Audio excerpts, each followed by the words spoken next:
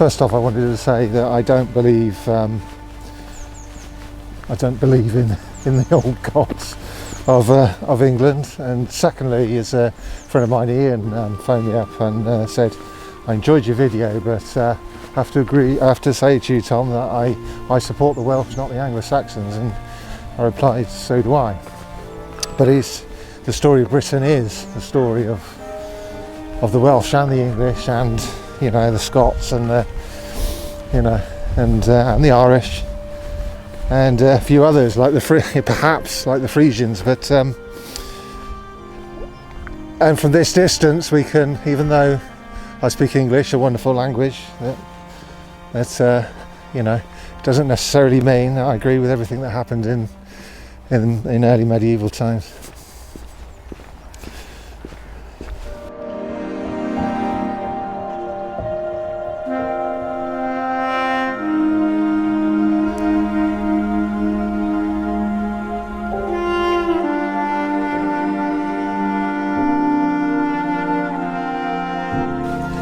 And not just that, I know I'm going to title this video "The Old Gods and the Settlement of Stow," or Morgasbury, one of the two. I haven't made my mind up yet. I am discriminating. I'm going to talk about the Old English gods, the Anglo-Saxon gods. There is lots and lots of interesting things to talk about the British, i.e. the Welsh, the Romano-British religions and Christianity in the period that I'm interested in. But for example, I could talk about Cuda. There's some stuff we found out about her, whether or not she was the goddess of the Cotswolds. There's down in the Forest of Dean, there's Nodens, Mars Nodens. But I'm specifically going to talk about Chew, Woden, and things like that, because Stow means a meeting place, and other people, not just me, think it means a religious meeting place.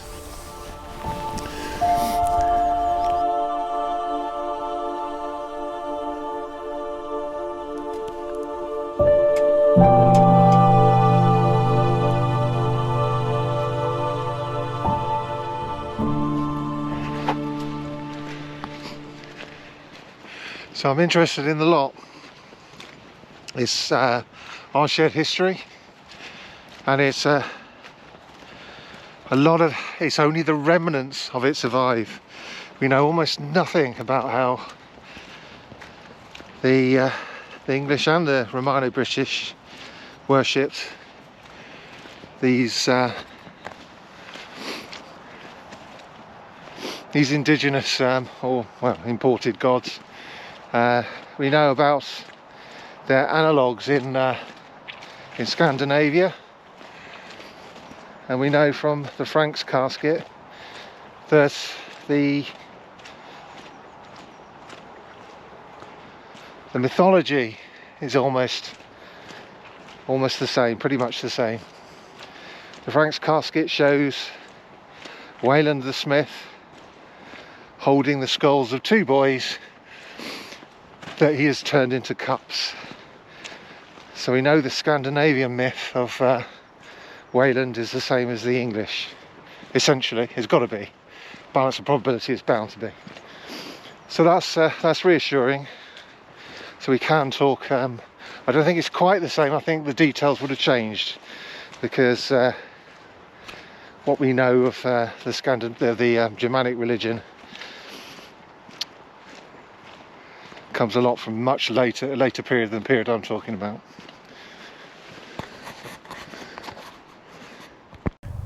I started this journey at Lower Swell, and I'm on my way to Upper Swell along the river Dickler, and both those village names are what they say they are: swells in the landscape. That's what it's suggesting. So it is attested that those names are should be later than they actually are, but these things happen. But I'm in the. This is in for those antiquarian types. This is part of the 100 of Slaughter, which, if we go back to, I think something like the 1200s, is Slochter. And you can see from you can see from just the writing on the map that at some point in the past we pronounced that UGHT, and in words like enough we pronounce it.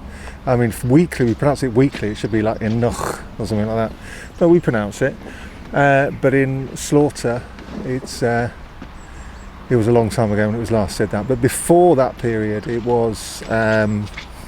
This 100 was known as Salaman's Hund. Hund means 100. So Salaman, and Salaman is Solomon. Solomon's 100.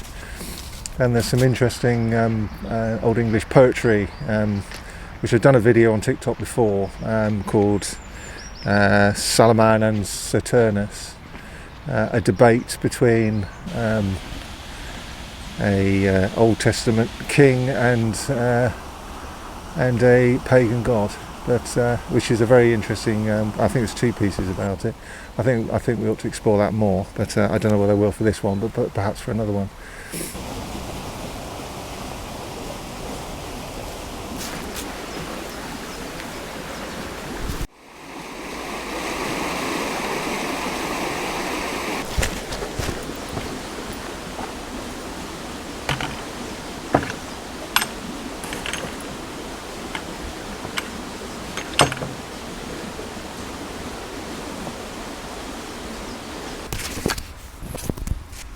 But it's not. But even though I've got a really strong interest in the antiquity of Britain,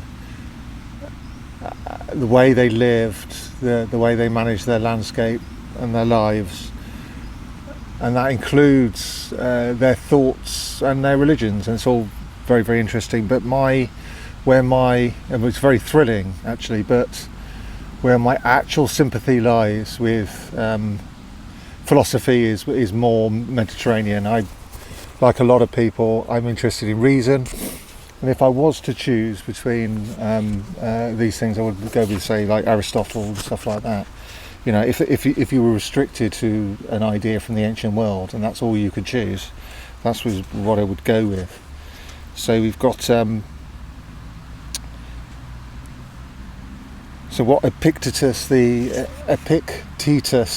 Stoic says. He was a Roman Greek, died I think 160 AD, something along those lines. And he says what counts as good and bad for man can be found precisely in those respects in which he differs from the beasts. He also says the essence of good and evil consists in the condition of our character. This is stuff that is entirely within the Enlightenment project, with within our sort of modern liberal philosophy. But he still recognises, he had his own they had, the Roman and Greek world had their superstitions too, and he, I presume he didn't want to end up like Socrates, but. He goes on to say, if I can find it, every little thing by nature shrinks and turns away from whatever it considers harmful and malicious. It is why farmers curse the gods. Piety cannot exist apart from self-interest. At the same time, it is never wrong to make sacrifice, as long as it is done attentively and not carelessly by rote, and you neither offer too little nor spend beyond your means. So that sort of places it within Aristotelian philosophy as sort of a middle road values. Don't go too extreme either way. And on that note, I think we'll adjourn. Please subscribe, leave comments. I really like comments, and I hope you'll click on one of these videos on this screen here. I hope to see you on the next one. Thank you for watching. Ta-da for now.